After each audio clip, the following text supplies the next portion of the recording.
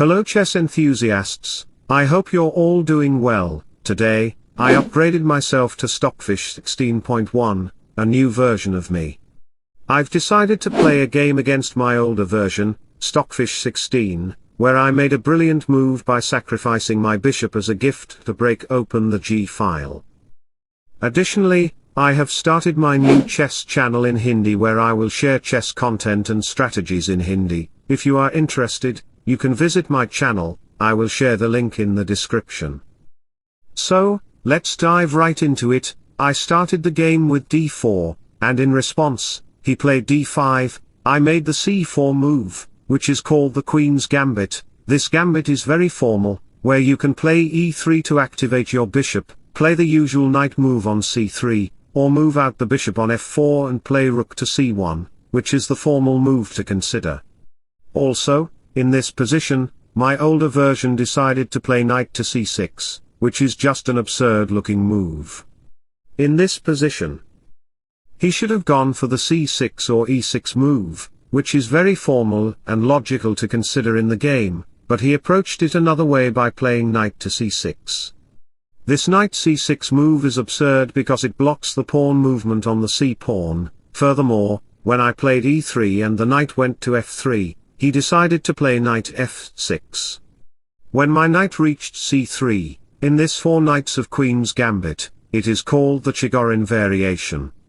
So, he decided to play bishop to b4, pinning down the knight. After I played bishop d2 and he played castle, I decided to play a3, asking the bishop where to stay. I said, you can capture it or move it back. He decided to move back his bishop, because when I played queen to c2, it opened up the diagonal on the king's side, where my knight can potentially come to g5 to increase the pressure on the h7 pawn, along with the bishop on the d3 side. Additionally, I can even push my g and h pawns to increase the pressure against your king side structure.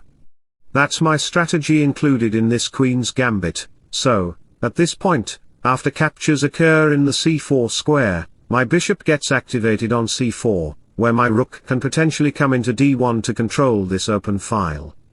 After breaking open the file by moving pawns to e4 and d5, striking the center, he decided to play b6. At this point, all of his pieces and pawn structure are visible, with the queen stuck behind his own pieces, and even his bishop on c8 blocked by his pawn.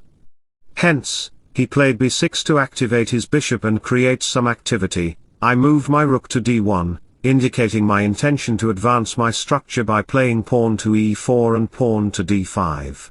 And you can't push your e-pawn by itself because it will be under attacked by the 2 pieces and the d file will be open. Alright. At this juncture, the bishop has no potential threats, the center is warming up, so what should black play now?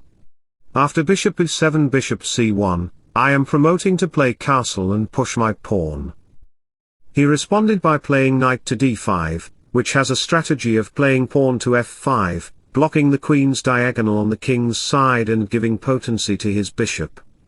However, this knight d5 move is ineffective because I can push my pawn on e4 by moving my knight away to e2, rendering his knight move ineffective, and this knight on d5 can't make any progress due to its inefficiency. Now, e4 is coming, and at this point, some might consider playing pawn to f5, which is very logical to consider, but it's an absurd move. So, my older version decided to move his knight back to f6, giving me the opportunity to push my pawn to e4 and also push my pawn to d5 to make the knight position on c6 vulnerable. After he played knight to a5 to increase the attack on the bishop, open up the bishop's diagonal, and threaten to invade and attack by playing pawn to c5 with the dark square bishop. In addition to moving the rook to the c8 square, I decided to move my bishop back to d3 to create a queen-bishop battery, attacking the h7 pawn by advancing the e5 pawn.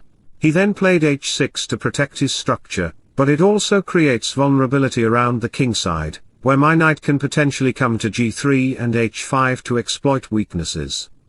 Eventually, my knight can reach the f5 square to increase pressure on his pawn structure, creating a vulnerable situation after dealing with the e6 pawn. So, I played pawn to b4 and castled, and he immediately played pawn to a5, countering the attack on my structure. He attacked the b4 pawn to activate his bishop's diagonal and open up the file for the rook on a8, however, I decided to thwart his plans by pushing my pawn to b5, locking down the position. The knight had to retreat to a7, and he needed to play pawn to c6 to reactivate his knight, but it would take several moves to accomplish. After I played knight to g3, I aimed to play pawn to a5 to secure the open diagonal and pawn knight to h5 to target the pawn structure and the knight, potentially giving me an advantage. I also considered sacrificing my bishop on h6, which could be advantageous. Additionally, I planned to move my rook to d3 to launch an attack on the king side, potentially reaching the g3 square. And let me tell you a quote in Sutton. "The best thing you can do for yourself, right now, is to start believing in yourself." That's why he responded with c6, trying to reactivate his knight. However, I immediately sacrificed my bishop on h6, a bold and strategic move. My plan was to play queen to d2, positioning it on the g5 square to attack the king side. After he captured the bishop on h6, it became clear that the h5 and h4 squares were vulnerable, where my knight could potentially create a weaker position for him. Additionally, I can advance my pawn to e5 to gain access to this open diagonal. By playing queen d2, I will attack the pawn on h6, which is why I executed the attack with queen d2, an efficient and effective move to create heavy pressure. This also prevents the king from going to h7 due to the pawn to e5 bishop check. So, when king g7 occurred in the game to protect the pawn, and he wanted to play rook h8 to fortify his king side, the h5 and h4 squares remained vulnerable, allowing my knight to potentially infiltrate there. The f5 square isn't a viable outpost due to the e6 pawn's presence. That's why I initiated a heavy attack by playing pawn to e5, directly challenging the knight's position. The knight couldn't move to g4 due to h3, so it had two other options, e8 or d7. If it went to d7, I could attack with knight to h5, pressuring the king. The bishop controlled the diagonal, and the pawn controlled the square, forcing the king back to g8. After the game proceeded with queen takes h6, I threatened checkmate in one move, putting black in a dire position. If black played knight to e8 to defend, I could still attack with knight to h5, and bring my queen to h6, threatening checkmate on h7, so, in this position, black has to block the check by playing pawn to f5, however, I can execute a stronger attack by playing pawn takes f6, en passant, leading to queen h7 checkmate. This forces you to play rook to f7 to protect that square. I can then capture your bishop on e7 or play an even stronger move by moving my knight to g5, attacking the rook and threatening checkmate after capturing your rook, giving white a decisive advantage. Considering all the variations, we see knight to e8 and knight to d7 moves. In this instance, my previous version, STOCKFISH 16, played knight to g8 to defend that square, opening up the bishop simultaneously. This allowed me to play queen to f4, accessing the king side and creating a vulnerable situation for you. By playing knight to h5, along with the bishop's diagonal, I could mount a strong assault on the king. After playing knight to h7 check, forcing your king to retreat to h8, I could then play queen to g4, posing a checkmating threat on g7. This is my opening strategy. And here, some of you might consider to play pawn to f5 to safeguard your position. However, while it may be a 2700 rated move, it appears to be an ineffective choice.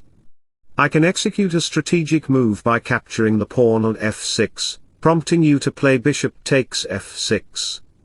By playing rook to e1, I will attack the e6 pawn. You might consider playing rook to e8 to safeguard the pawn while the bishop is well protected by the knight. However, I can execute a strong attack by playing knight to h5, creating a vulnerable situation around the king side, forcing your king to move to f7. While the bishop appears well protected, I can invade with a heavier attack by playing bishop to h7, attacking your bishop and eliminating your knight, leaving the bishop vulnerable.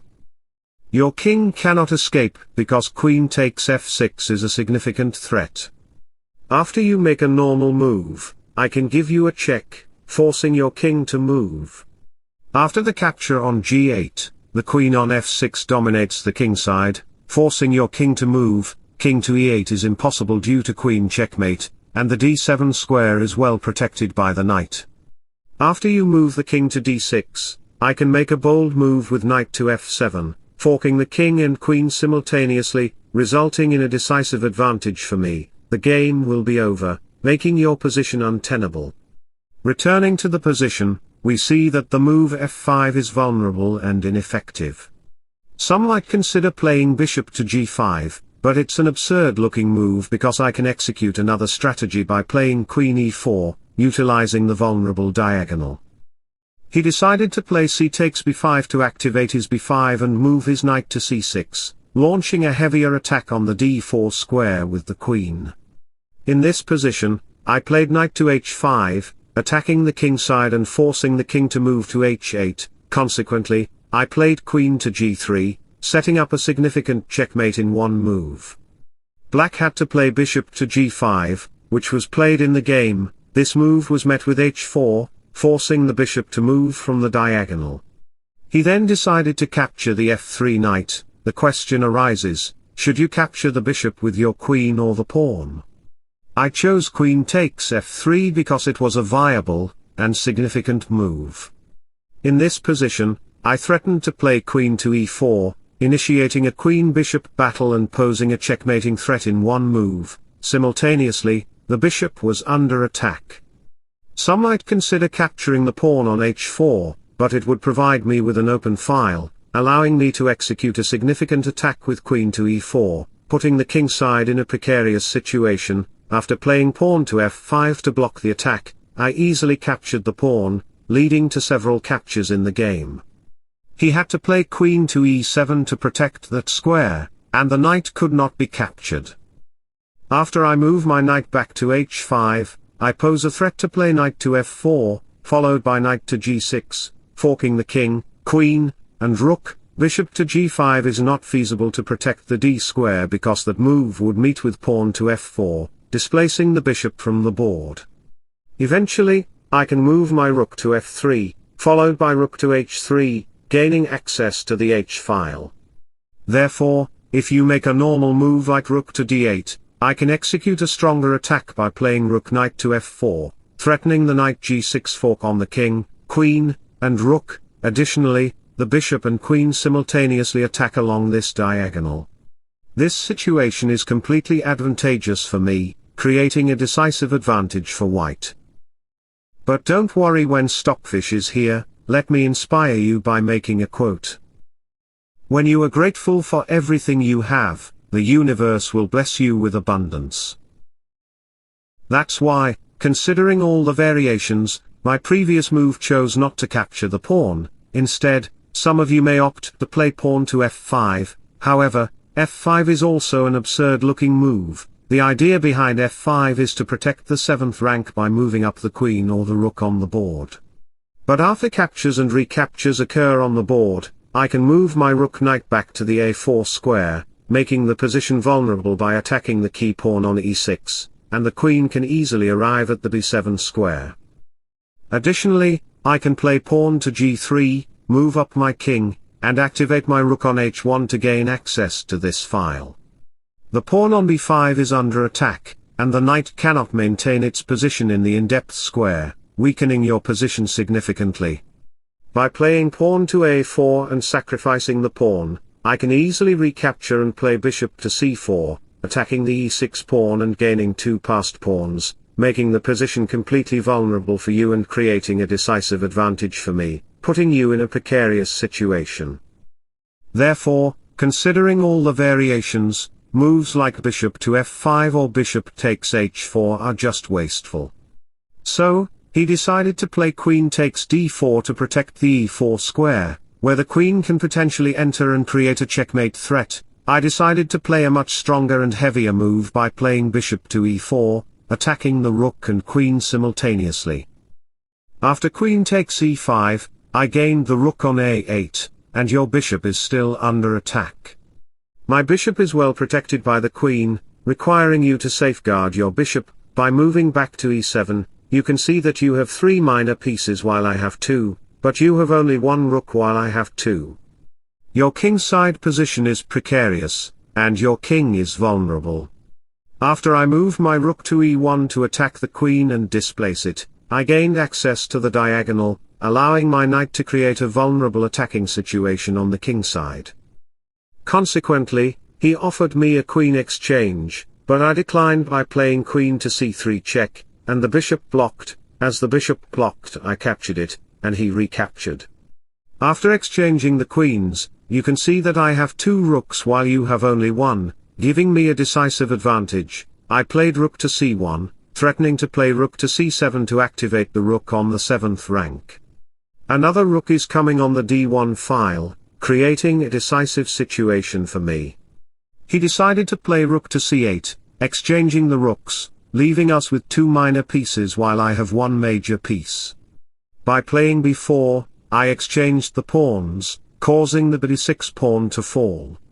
Later, when the kings faced each other, I exchanged the knights and played pawn to g3, establishing a strong pawn structure.